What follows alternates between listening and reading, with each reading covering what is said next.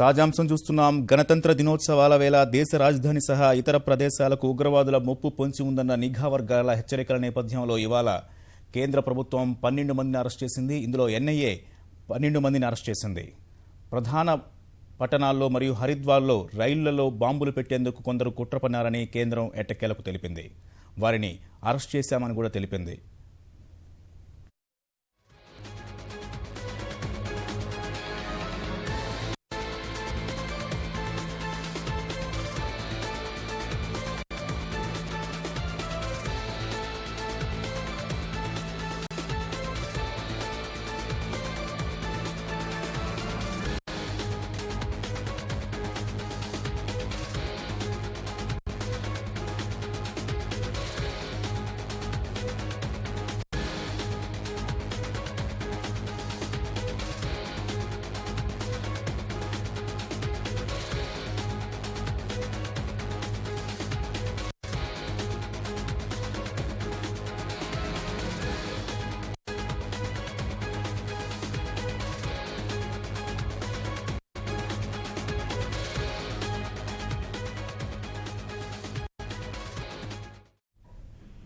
ఈ రోజు ఉదయం నుంచి జరుగుతున్నటువంటి మొత్తం ఆపరేషన్ లో భాగంగా ఒకవైపు ఎన్ఐఏ, మరోవైపు మహారాష్ట్రకు సంబంధించినటువంటి యాంటీ టెర్రరిస్ట్ స్క్వాడ్ బృందాలు జరిపినటువంటి విస్తృత సోదాల్లో దాదాపు 14 మందిని అదుపులోకి తీసుకోవడం జరిగినట్లుగా హోంశాఖ వర్గాలు కొద్దిసేపటి క్రితం పేర్కొన్నాయి. హోంశాఖ వర్గాలు చెప్పిన వివరాల ప్రకారం చూస్తే హైదరాబాద్ లో 4 బెంగళూరులో 4, అదేవిధంగా ముంబైలో 3, మంగళూరులో 1, లక్నోలో 1, తుమ్కూరు కర్ణాటకలోని తుమ్కూరులో 1 అదుపులోకి తీసుకున్నామని, వీరిలో బెంగళూరు నుంచి ఒక్కొక్కళ్ళని, ముంబై నుంచి ఒకరిని, అదేవిధంగా హైదరాబాద్ నుంచి 2 అరెస్ట్ చేసినట్లుగా కూడా హోంశాఖ వర్గాలు స్పష్టం చేయడం జరిగింది.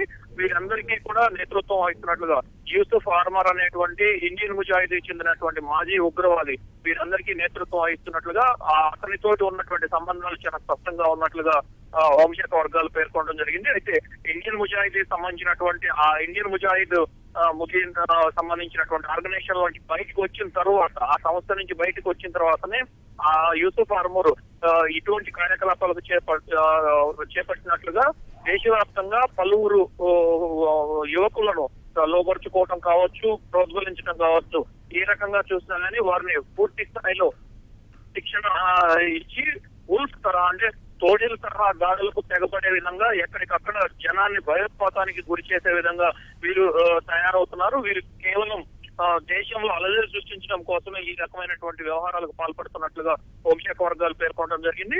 అయితే దీంతో పాటుగానే అరెస్ట్ చేసిన వారి నుంచి తీసుకున్నటువంటి ప్రాథమిక సమాచారం ప్రకారము ఇప్పటి వరకు ఐఎస్ఐఎస్ కు సంబంధించి ఏ విధమైనటువంటి వ్యవహారం అయితే ఉందో అదే తరహా విధానం కొనసాగుతుంది.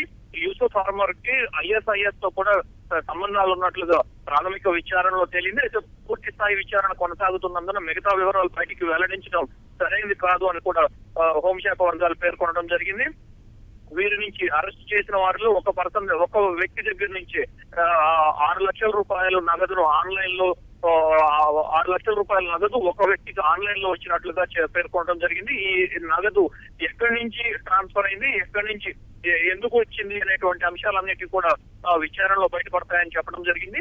హైదరాబాద్ లో, ముంబైలో, తుమ్కూరులో, మంగళూరులో, అదేవిధంగా బెంగళూరులో ఈ 4 ప్రాంతాల్లో అరెస్ట్ చేసినటువంటి వారి దగ్గర నుంచి ఐఈడీలు, భారీ విస్ఫోటనాలకు సంబంధించినటువంటి పదార్థాలు స్వాధీనం చేసుకోవడంతో పాటుగా వారి వద్ద నుంచి టైమర్లు స్వాధీనం చేసుకున్నారు.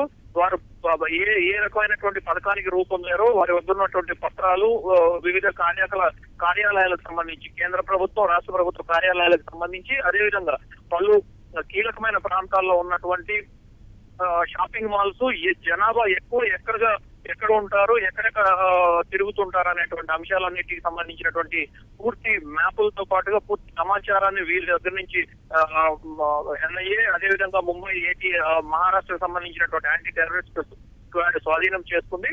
ప్రస్తుతము అన్ని ప్రాంతాల్లో తుమ్కూరు, బెంగళూరు, అదేవిధంగా ముంబైని అరెస్ట్ చేసినటువంటి వారితో పాటుగా లక్నోలో అరెస్ట్ చేసిన వారిని కూడా, హైదరాబాద్ లో అరెస్ట్ చేసిన వారందరినీ కూడా ఢిల్లీకి తరలించి ఢిల్లీలోనే వీరందరి పైన ఒకటే ఎఫ్ఐఆర్ కట్టినట్టుగా హోంశాఖ వర్గాలు పేర్కొన్నాయి. వీరందరినీ కూడా త్వరలో ఢిల్లీకి తరలించి విచారణ, పూర్తి స్థాయి విచారణ కూడా ఢిల్లీలోనే చేపట్టనున్నట్లుగా పేర్కొన్నాయి. మరోవైపు 4-5 రోజుల క్రితం హరిద్వార్ లో అరెస్ట్ చేసినటువంటి హరిద్వార్ లో రైళ్లలో బాంబులు పెట్టి అలజడి సృష్టించి ప్రజలను భయోత్పాతానికి గురి చేయాలనేటువంటి ఆలోచనతోటి హరిద్వార్ లో బాంబు పేలుళ్లకు పాల్పడాలని భావించిన కొంతమందికి ఇప్పటికీ అరెస్ట్ చేసి ఢిల్లీకి తరలించడం జరిగింది.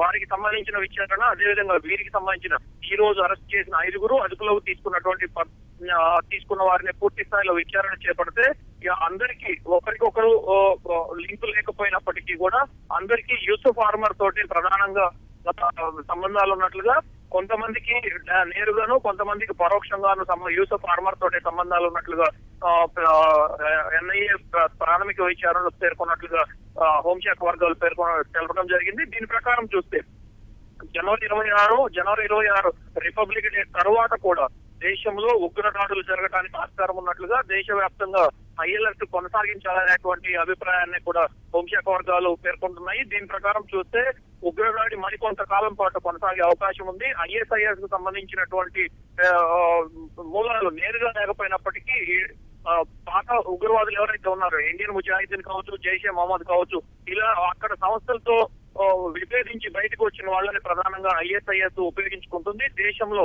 ISIS వేళ్లూనుకునేటువంటి చర్యలకు ఏ విధమైనటువంటి ఆస్కారం ఉంటుందో వాటన్నిటికీ కూడా ఒక రకంగా చెప్పాలంటే స్లీపర్ సెల్స్ మాదిరిగా అన్ని ప్రాంతాలకి ప్రధానంగా సౌత్ ఇండియా కావచ్చు, మరోవైపు లక్నో కావచ్చు, ప్రధానంగా ఏవైతే డివోషనల్ ప్రాంతాలు ఉన్నాయో పవిత్ర ప్రదేశాలుగా పేర్కొంటున్నటువంటి హిందూ పవిత్ర ప్రదేశాలు కావచ్చు, ముస్లిం పవిత్ర ప్రదేశాలు కావచ్చు, వీటన్నిటిపైన ప్రధానంగా దృష్టి పెట్టినట్లుగా హోంశాఖ వర్గాలు పేర్కొంటున్నాయి.